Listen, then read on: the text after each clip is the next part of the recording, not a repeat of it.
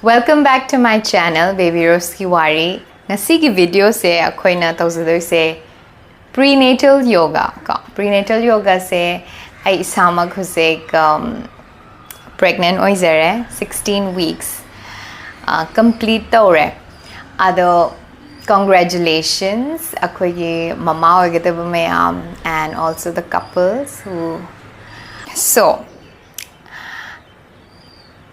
13, 14, 15 weeks tadi tha ahum dudi akhoi kemta yoga tawba yade ko ai isamak Bombay da yoga takpa matamda prenatal talakpa matamda aina discover tawrak pase akhoi gi nupi mayam se haurakpa matam sida 16 weeks stagi adum loina mag haurai ko aduna ai isamak su ai yoga phana kuina lepure conceive tawram dai da su ai yoga lepchai aduga ai conceive or matung da su ai pura yoga lepiko aduga tha ahum matung da ai yoga mat la ine ado aina sigi ai sama huzi ayukta practice tawdoine ado aina practice taw matam sida aina mayam gi oina kanabo oina mayam ga khoigi prenatal yoga se share tawning bagi ai sigi video se semjabane ado sigi video se mayam kanabo phangagadi like tawbiyo subscribe tawbiyo aduga comment su kai questions lay adum prenatal matang da loina mak hangba yaba loimak hangbiro. So let's start. Akoigi prenatal yoga da darka orise bolster akoigi mondum aduga blocks ama darka le knee pads later gadi towel thabama lawbiu ko akoina khugi exercise ro matamda khugi cushions phangnaba ado khwai maru oibadi cushion se amna darka ta akoigi makha da phambagi soft phambagi ko ado hauzik hawrase mayam main water bottle hydrate yourself ado akoigi sigi ising di yamna thakpidaba ising di yamna thakpidaba khatang sip khatang lauraga tawbiwa ko first exercise se yamna gentle oina tawbiu ko mindful oina akoigi exercise khuding makta thuna tawbagi darka leite marakta break lawninga gasu video pause oraga adum loisalasu yai aduga isa ware haragadi just listen to your body humang kangkhalakpa adagi akhoi tawidana adu dum lepiu ko kem kaide aduga sig exercise taw matamda baby ga connect tawraga thum leiba ko yamna 3 breaths gumba short phazana sang na holaga leibiba ado yamna maruni aina si semi se akoigi sigi block se si thamaga mondum se smaina thambiba ko hipthabagi akoigi 16 weeks sur akanda di doctor na su haidana back pura flat tumbiga no ana side to ina tumbiona ado side ta tumbado yoga to matam da khar elevate tawna ba khar wangkhat na ba akoigi sigi mondum se thamme aduga isagi comfortable yengaga tapna hipthabiro ko ai hipthara age hawrase huzek tapna hipthabiro mainly breath ka baby ga connect tawba ko yamna darka ise si se akhoi chaina hipthaba matamda khwang se naragadi khwang se chingthokpa naba ki pressure phangakani ko aduga comfortable oragadi khong se sumaina thamba yai bend oraga kolaga aduga aidi ahambada dum sumaina thamningi ko khoigi to si crack laugre sigi hip kai ka se open tawna ba aduga khut se pukta thambir su yai sumaina khut ani se aduga khut amana baby da thamaga khut amana tabakta thamaga sor sang na honji ko ahamada hawrasi mentally relax tawbi ko isa loina ma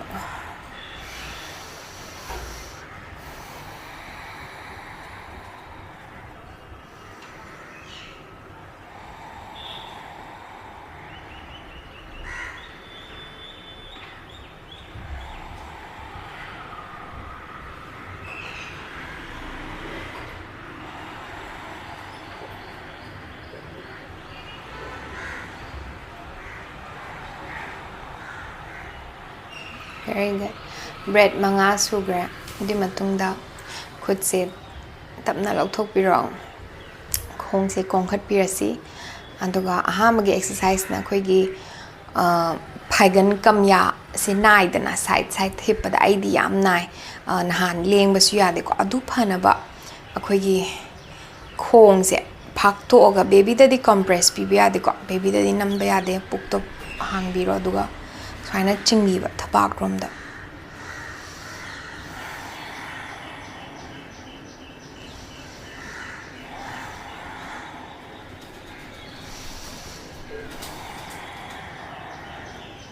breaths tapna haidaro si matungda khong se mo khatang phak tok pir aduga khu se swaina nakan da thada biba mathanda ai hujik crack ama laugre ko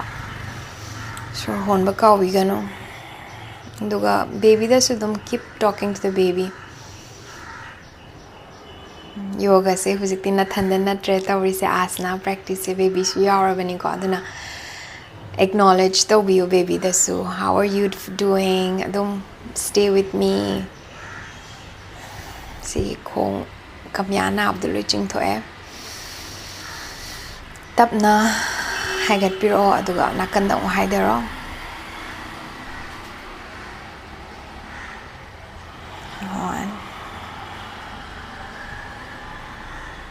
2 and 3 very good tapna amung haigalo ko aduga khwang na bagi koi swaina nakan da haipet lingbi si ko aduga smaina koi gi swing tawraga leng base aina phonse research tawra matamda puk manung sida su baby se lengi hai aduna moi da yamna nungai hai ko aduna akoi gi di khwang na bagi leng ba adu moi manung da di moi na nungai zari ba ada swaina lengbi base khwang na ba jaga du da tapna lengbiyo aduga abdomen si hek makhada kaigumba na ba phawraga di adum lepiyu ko na yam tapna tawi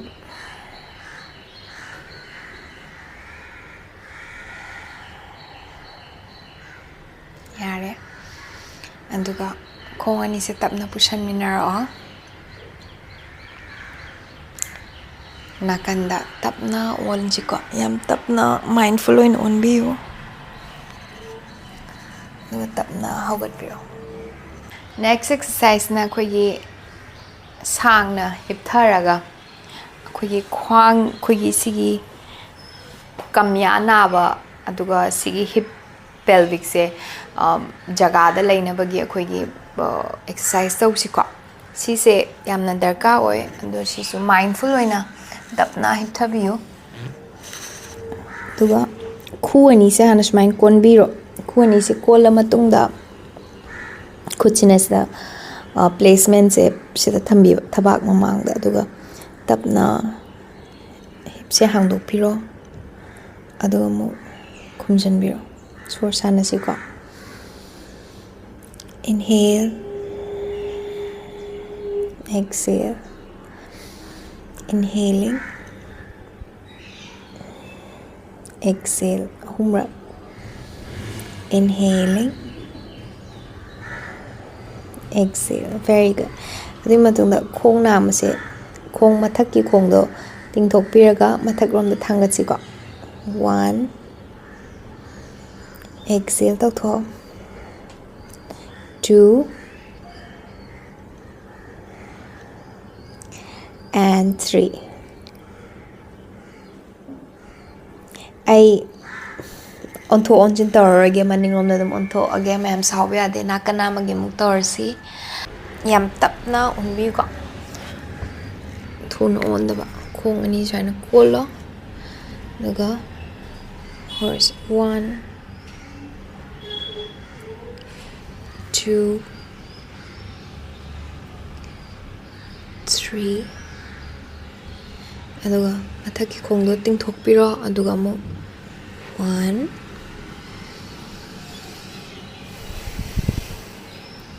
2 and 3. Very good. Bridge exercise tawsiko akhoi nanganda yam kuina hippa yadabnina sige exercise se akhoi glute muscle se strong ohen bagi akhoi puk se chawkhalak toinina kaino akhoi gi hip area se strong ohen da yade ko aduna back strong back exercise ne si se yam kuin hippa yadabne thuna tawsiko. Inhaling bridge set tapna ado mindful oina di tawbi ko tapna hokolo short sang sang hon biwa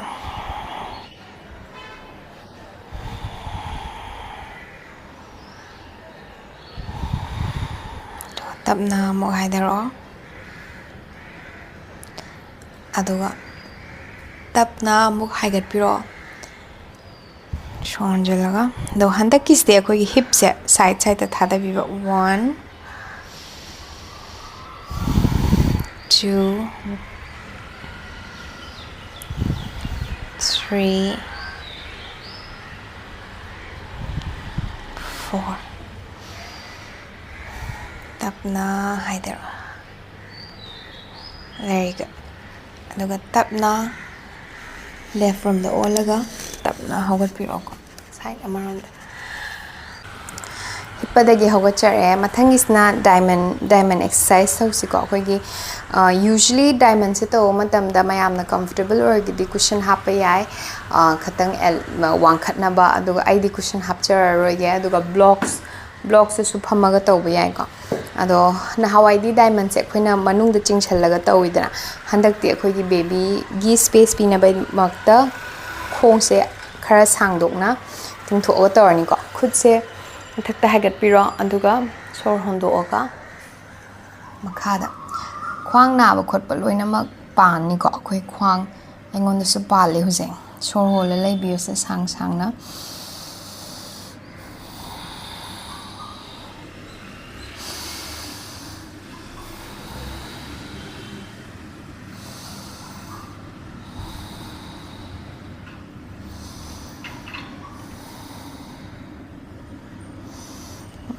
tapna hogat piro khwang da pale ka ado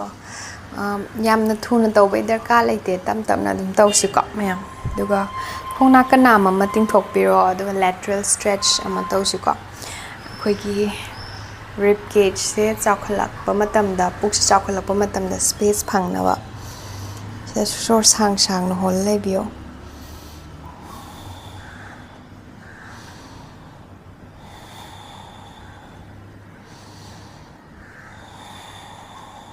Very good.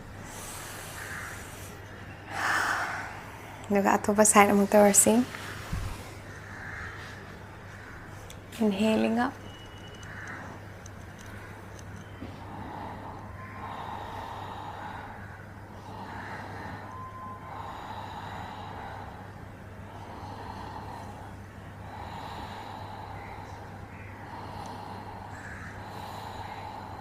Tapna hagat piro. Sima tungda khong ni se smai phak to oga comfortable oiba position de lay bi ko nga mayam yam kanna phak to rak su yai khoi angamba capacity de phak piro kai gi no da sigi split position se khoi naturally pregnant or ngai de isa se flexible or bani aduna yam kanna tawi da bi id hana da gi flexible or bani na ai gi dum capacity de lay zara kuchis da mang da thamasu yai maning da thamasu yai aduga baby da thamasu yai ko aduga breathing to bi mentally baby ga connect to biyo.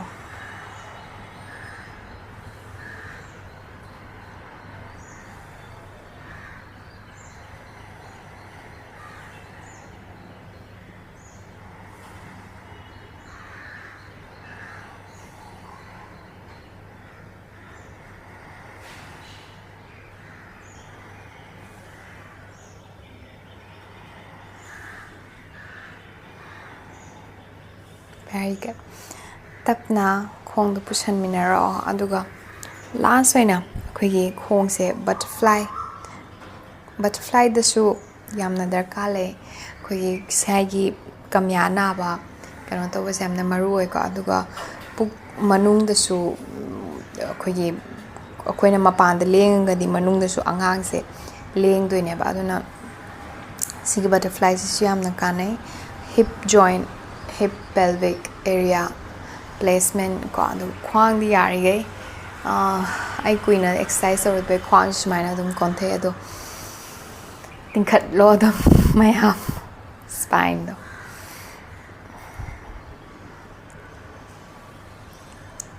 ꯑꯗꯨꯒ ꯌꯥꯔꯦ ꯁꯤ ꯃꯊꯪꯒꯤ ꯑꯦꯛꯁꯔꯁꯥꯏꯁꯅ ꯑꯩꯈꯣꯏꯒꯤ ꯀꯝ ꯑꯣꯟ your ꯅꯤꯁ ꯈꯨꯗ ꯂꯥꯛꯄꯗꯣ ꯃꯌꯥꯝꯅ towel ꯂꯩꯔꯒꯗꯤ ꯇꯥꯋꯦꯜꯗꯣ ꯊꯝꯕꯤꯌꯣ ꯑꯩꯒꯤꯗꯤ ꯅꯤ ꯄꯦꯠꯁꯦ ꯁꯤꯖꯤꯟꯅꯖꯔꯒꯦ ꯌꯥꯝꯅ ꯇꯧꯒꯨꯝꯁꯤꯀꯣ ꯉꯁꯤꯗꯤ ꯑꯍꯥꯟꯕ ꯍꯧꯕꯅꯤꯅ ꯇꯞꯅ ꯇꯞꯅ ꯑꯦꯛꯁꯔꯁꯥꯏꯁꯁꯦ ꯍꯥꯞꯀꯠꯁꯤ ꯀꯦꯠ ꯑꯦꯟ ꯀꯥꯎ ꯈ꯭ꯋꯥꯏ ꯃꯔꯨ ꯑꯣꯏꯕ ꯈ꯭ꯋꯥꯡꯒꯤꯀꯣ ꯀꯦꯠ ꯑꯦꯟ ꯀꯥꯎ ꯇꯧꯕ ꯃꯇꯝꯗ ꯏꯟꯍꯦꯜ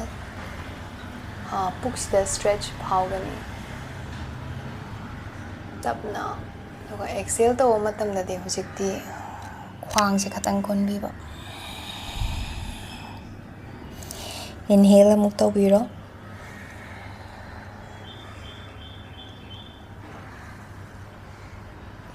ꯑꯦꯛꯁꯦꯜ ꯑꯃꯨꯛ ꯇꯧꯕꯤꯔꯣ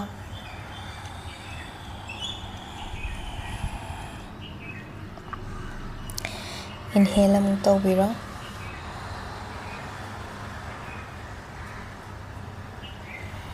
ꯑꯦꯛꯁꯦꯜ ꯑꯃꯨꯛ ꯇꯧꯕꯤꯔꯣ ꯑꯩꯈꯣꯏꯒꯤ ꯈ꯭ꯋꯥꯡ ꯅꯥꯕꯒꯤ ꯈ꯭ꯋꯥꯡꯁꯦ ꯈꯇꯪ ꯂꯩꯁꯤꯀꯣ ꯌꯥꯝ ꯇꯞꯅ ꯇꯞꯅ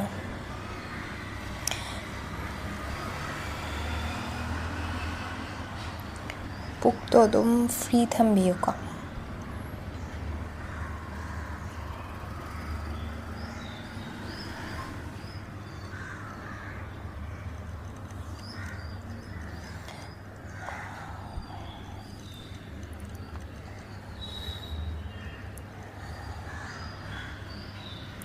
ꯑꯩꯁꯨ ꯑꯦꯛꯁꯔꯁꯥꯏꯁ ꯀꯨꯏꯅ ꯇꯧꯔꯨꯗꯕꯅꯤꯅ ꯑꯩ ꯇꯞꯅ ꯇꯞꯅ ꯍꯧꯖꯔꯒꯦ ꯑꯗꯣ ꯃꯌꯥꯝꯁꯨ ꯑꯗꯨꯝ ꯇꯞꯅ ꯍꯧꯕꯤꯌꯨꯀꯣ ꯅꯦꯛꯁ ꯑꯦꯛꯁꯔꯁꯥꯏꯁꯅ ꯈꯨꯁꯦ ꯈꯇꯪ ꯐꯥꯛꯇꯣꯛꯑꯒ ꯑꯩꯈꯣꯏꯒꯤ ꯊꯕꯥꯛꯁꯦ ꯁ꯭ꯇ꯭ꯔꯦꯆ ꯇꯧꯕꯤꯕ ꯅꯪꯒꯟꯁꯦ ꯃꯊꯛꯇ ꯁꯨꯃꯥꯏꯅ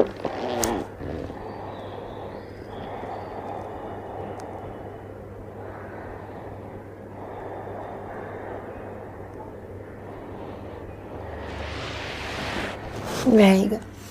ꯇꯞꯅ ꯍꯥꯏꯒꯠꯄꯤꯔꯣ ꯑꯗꯨꯒ ꯆꯥꯏꯜꯁ ꯄꯣꯁ ꯑꯃꯨꯛ ꯂꯥꯛꯄꯤꯀꯣ ꯆꯥꯏꯜꯁ ꯄꯣꯁꯇ ꯂꯥꯛꯄ ꯃꯇꯝꯗꯗꯤ ꯍꯟꯗꯛꯇꯤ ꯑꯩꯈꯣꯏ ꯑꯉꯥꯡ ꯌꯥꯎꯕꯅꯤنا ꯈꯨꯁꯦ ꯑꯃꯨꯛ ꯍꯦꯟꯅ ꯐꯥꯛꯇꯣꯛꯑꯅꯤ ꯑꯗꯨꯒ ꯁꯤꯗ ꯆꯥꯏꯜꯁ ꯄꯣꯁꯇ ꯑꯗꯨ ꯑꯩ ꯕ꯭ꯂꯣꯛ ꯁꯤꯖꯤꯟꯅꯖꯒꯦ ꯈꯔ ꯂꯥꯏꯕꯛꯁꯦ ꯄꯨꯔꯥ ꯃꯈꯥꯗ ꯊꯝꯗꯅꯕ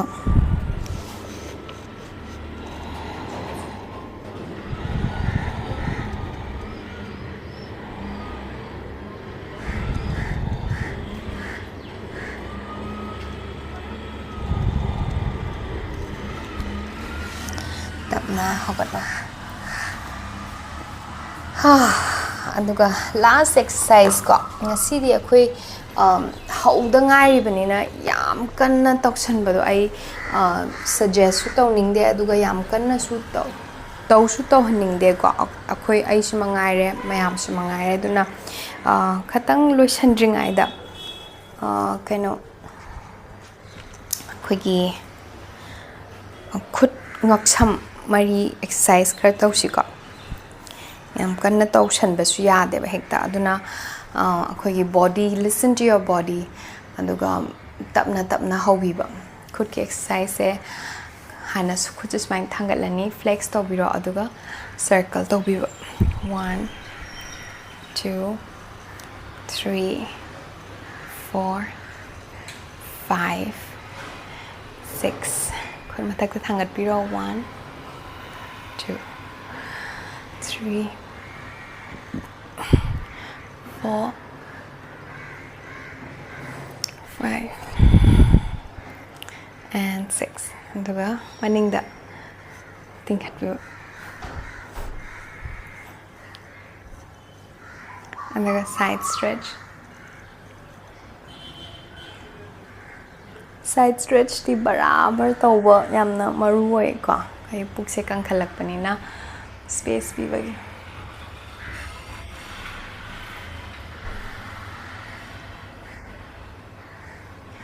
very good maksamari happy chingthokpiro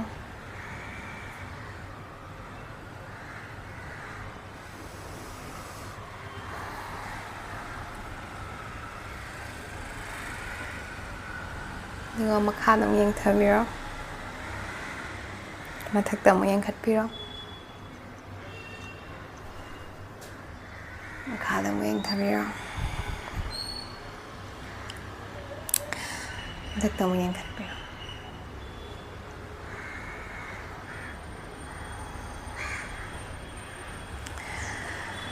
last exercise akhoi breath work ama tawsiko breathing se akhoi khud se khud animak sida thamasu yai aduga khud yet ki khud na khoidau da thamaga o gi khud na thabak da thamaga ko baby se inhale to matam da sor honjan matam da pukse kangthok piba sor hondok matam da pukse tapna sichen gi ba ko si exercise breathing exercise se hypet tawse inhaling exhale tetap nasi sendiri aduga mau inhale to biro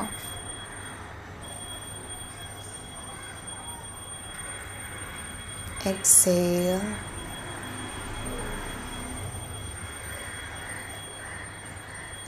inhaling pukang thok biro tapna aduga exhale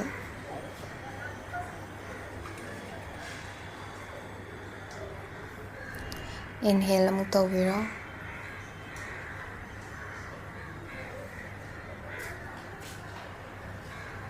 exhale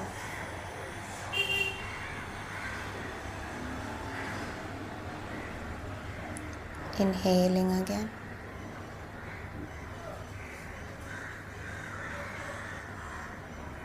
and exhale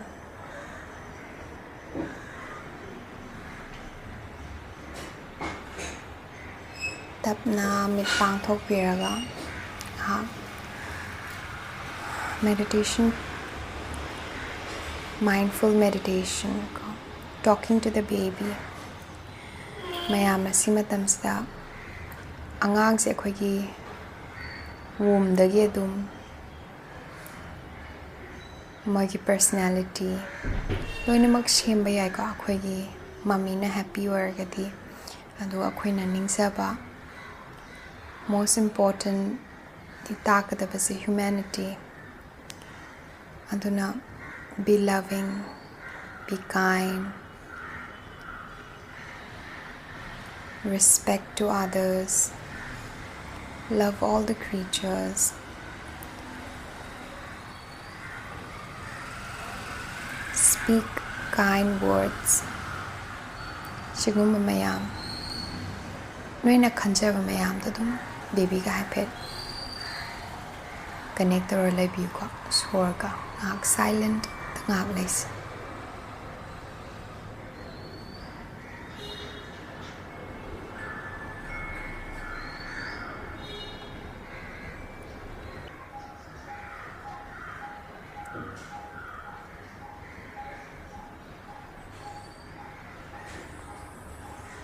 tapna om chanting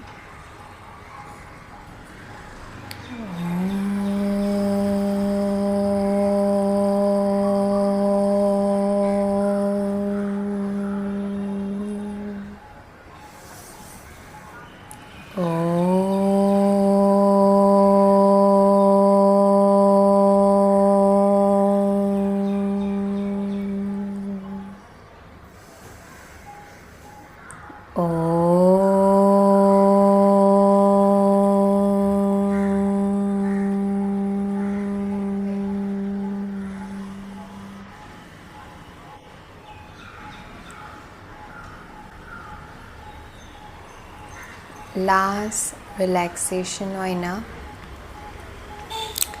akhoi savasana da hippaga loisanjika ado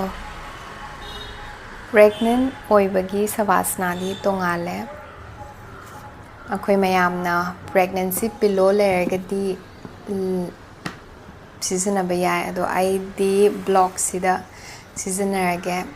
last relaxation gi prep se cushion sista thamani cushion ama thambiro aduga ngasagi mondum do mathakta saina hapiro sigi video se mayam amuka mamang so haisakre kana wa phangadi subscribe like tawbiyo share su tawbiyo kawigano ado tam na exercise sum hapkalakani ko ngasigi di ahamba hobani na akoina upper body side stretch akoigi hip area gumadu hana tawzare mathang dagi di akoina exercise ay adum mathang amuk hena hapka charkani ado mayam ready laibiro tawrse aduga mainly ai sigi position sida dum lotion gi bhai hokalak to yai kaino da sigi position se amna relax koi ko khoina hip toise khong se smaina thammo aduga mayam bye bye thank you for this beautiful journey enjoy your pregnancy aduga sida dum loisalage ai hipperoi ai hokal aroige ado mayam su dum sida kuina minute mga tara lainingi kay dum laiba yai ko so sang holaga laibiba aduga khong sina mondum mathak thangat piro se am comfortable oibne sigi position se ai di marak ta minute mga ga tumba yawe ado mayam sidum relax to yani thank you